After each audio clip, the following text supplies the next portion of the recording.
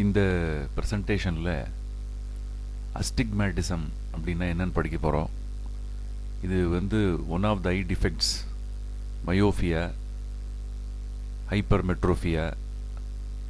அதே மாதிரி அஸ்டிக்மேட்டிசமும் one of the eye defects.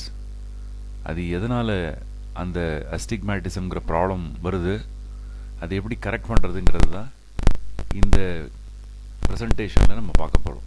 இது ஸ்டாண்டர்ட் 12ல் வேவ் ஆப்டிக்ஸில் லாஸ்ட் பார்ட்டில் இருக்குது, படிக்க வேண்டிய ஒரு பார்ட். இந்த அஸ்டிக்மேட்டிசம் டிஃபெக்ட் எதனால் வருது அப்படின்னு சொன்னால், அந்த கண்ணுக்கு முன்னாடி இருக்கக்கூடிய கார்னியா அப்படிங்கிற ஒரு லேயர் இருக்குது. அந்த லேயர் அன்ஈவனாக இருக்கும். அன்ஈவனாக இருக்கும் அப்படின்னு சொன்னால் அதில் டிஃப்ரெண்ட் கர்வேச்சர்ஸ் இருக்கும். அந்த கர்வேச்சரானது யூனிஃபார்மாக இல்லாமல் ஒவ்வொரு பிளேனில் ஒவ்வொரு விதமான கர்வேச்சர் இருக்கும். அது கார்னியாலையும் இருக்கலாம் அல்லது ஐ லென்ஸ்லையும் இருக்கலாம்.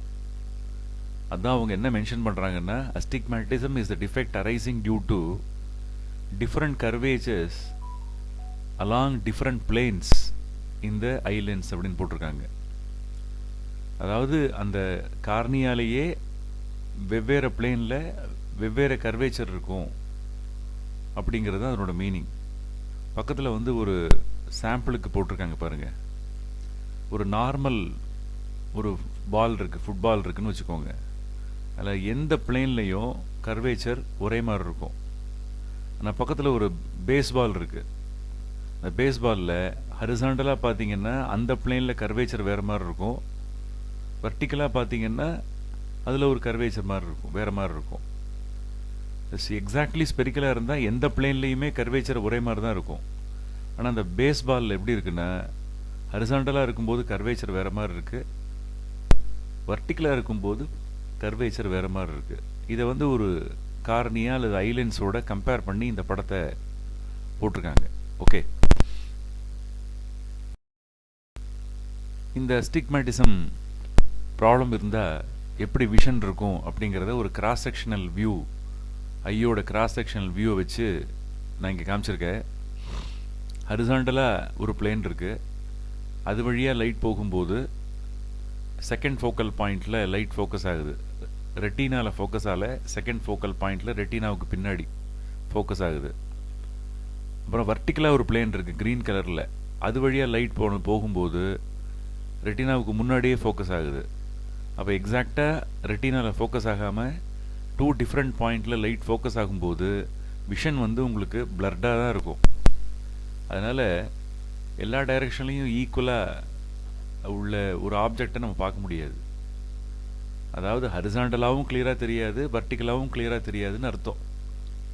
இந்த பிரச்சனையானது ஷார்ட் சைட் லாங் சைட்டை விட ரொம்ப மோசமானது அப்படிங்கிறாங்க.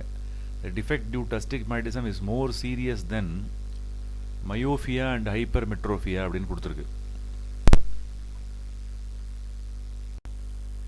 இதை நம்ம எப்படி எக்ஸ்பிளைன் பண்ணாலும் அந்த அஸ்டிக்மேட்டிசம் ப்ராப்ளம் உள்ளவங்களுக்கு தான் அந்த பிரச்சனையானது உண்மையிலேயே தெரியும். அதுக்காக தான் 2 ஃபோட்டோ இங்கே போட்டிருக்கு.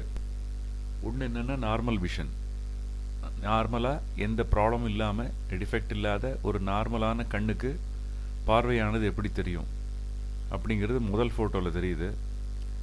அடுத்த ஃபோட்டோவில் பக்கத்தில் ஒருத்தருக்கு அஸ்டிக்மேட்டிசம் பிரச்சனை இருந்ததுன்னா கண்ணில் அவருக்கு எப்படி அந்த விஷன் தெரியும் அப்படின்னு பாருங்கள்.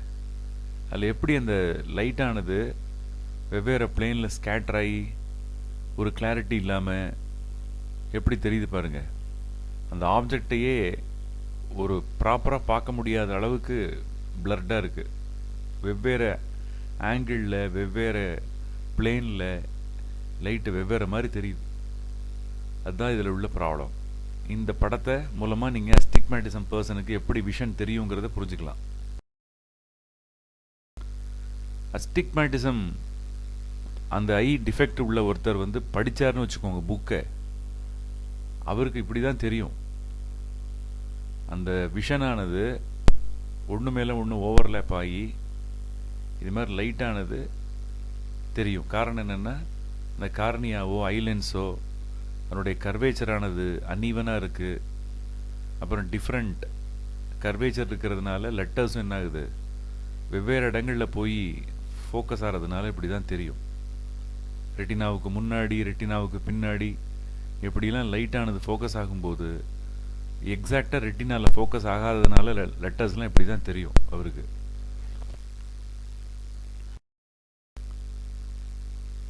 இந்த ப்ராப்ளம் இருந்ததுன்னா அந்த அஸ்டிக்மேட்டிசம் ப்ராப்ளத்தை எப்படி கரெக்ட் பண்ணுறது அப்படிங்கிறதுக்கு ஒரு பிக்சர் போட்டிருக்கேன். கீழே என்ன சொல்கிறாங்கன்னு படிங்க. Astigmatism can be corrected using a lens which has different curvatures and different planes. அதாவது நல்லா கவனிக்கணும். ஃபஸ்ட்டு ஸ்லைடில் என்ன படித்தோம், அதாவது கார்னியா அல்லது லென்ஸில் டிஃப்ரெண்ட் கர்வேச்சர்ஸ் இருக்குது, டிஃப்ரெண்ட் பிளேன்ஸில் இருக்குதுன்னு படித்தோம். டிஃப்ரெண்ட் பிளேன்ஸில் டிஃப்ரெண்ட் கர்வேச்சரோட ஐலென்ஸோ கார்னியாவோ இருக்கிறதுனால தான் அந்த பிரச்சனை வருது. அப்போ நம்ம கரெக்ட் பண்ண வேண்டிய லென்ஸ்லையும் நம்ம இந்த ப்ராப்ளத்தை, இந்த டிஃபெக்டை கரெக்ட் பண்ணுறதுக்கு யூஸ் பண்ணக்கூடிய லென்ஸும் எப்படிப்பட்டதாக இருக்கணும், டிஃப்ரெண்ட் கர்வேச்சர்ஸ் இருக்கணும் டிஃப்ரெண்ட் பிளேனில். அப்படிப்பட்ட லென்ஸை யூஸ் பண்ணணும். அப்படி பார்த்தீங்கன்னா இதுக்காக ஸ்பெஷலாக நீங்கள் ஒரு லென்ஸை தயார் பண்ணணும். அதான் சொல்கிறாங்க, in general these specially made glasses with different curvature for different planes are call cylindrical lenses. இந்த டிஃபெக்ட் சரி பண்ணுறதுக்காக ஒரு லென்ஸை நீங்கள் தயார் பண்ணிங்கன்னா அந்த லென்ஸ் ஆனது டிஃப்ரெண்ட் பிளேன்ஸில் டிஃப்ரெண்ட் கர்வேச்சரோடு இருக்கும். அப்படிப்பட்ட ஒரு லென்ஸுக்கு பொதுவான பேர் என்ன வந்துடுதுன்னா சிலிண்ட்ரிக்கல் லென்ஸ் அப்படின்னு பேர் கொடுத்துட்றோம். அப்போ சிலிண்ட்ரிக்கல் லென்ஸை யூஸ் பண்ணி தான் நீங்கள் இந்த அஸ்டிக்மேட்டிசம் டிஃபெக்டை சரி பண்ண முடியும். இது ஒரு 2 மார்க்லேயோ 3 மார்க்லேயோ கேட்கலாம், படித்து வச்சுக்கோங்க. ஓகே.